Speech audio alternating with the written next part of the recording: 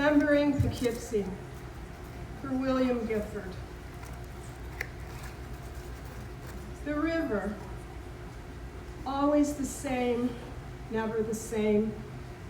Poughkeepsie, a place north of where I am. To remember you is to remember Poughkeepsie.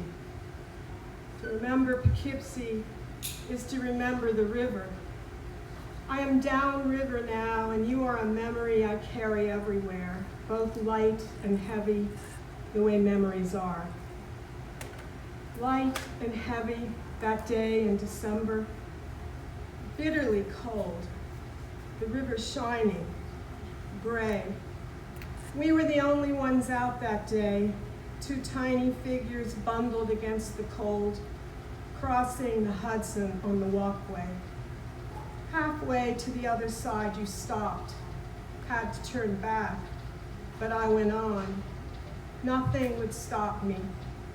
Tapped the far shore quickly, came back to where you waited, cold, ready to call it a day.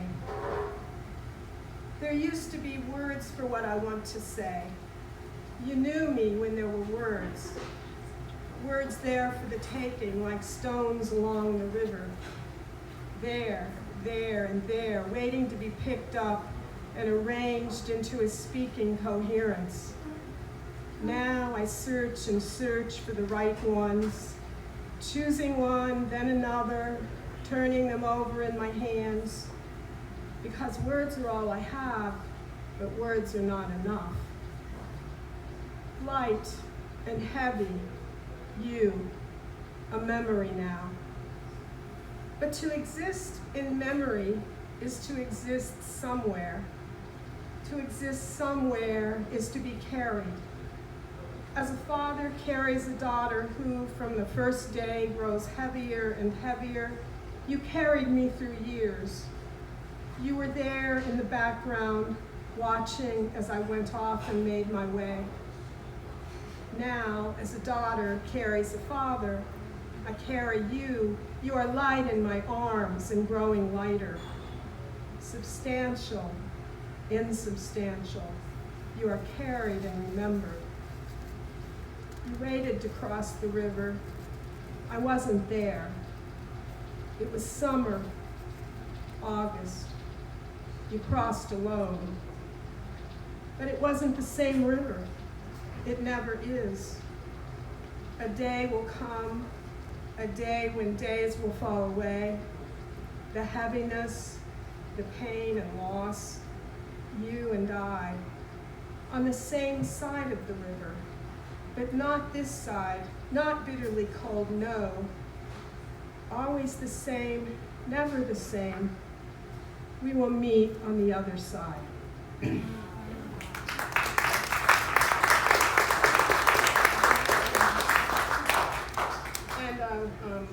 And a poem, a newer poem. It's called Wagon Train, and those of you who know me know that I really am about the last person in the world that ever would have done that. Right. Wagon Train. How did they do it, the ones on the wagon trains? Leaving everything behind for a future that made no promises. Ahead, the privations of the trail, the cold, the rain, the snow, the hunger, the snake bites, the drownings, the attacks by marauders. How did they do it? How did a mother bury a child? How did a husband bury a wife a husband? How did a daughter bury a mother, a father? The young leaving the old leaving the young, the dead laid to rest at the side of a road, a cross hastily made, marking a place never to be returned to. Did some of the women fling themselves on the hard ground, clutching handfuls of dirt, refusing to continue, but forced to continue? Were others stoical? The past will never be past. We are all in the wagon train, the heartless code of the trail demanding we continue on.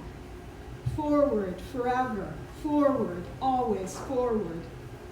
We are pushed along an endless trail of endings until we too are laid to rest. We see now more deaths ahead of us, many more, and still we ride westward, clutching the reins, the sun on our face, the blinding sun, rivers ahead to be forded, the white sails of our wagons billowing, full of hope and grief and abandon, we ride on.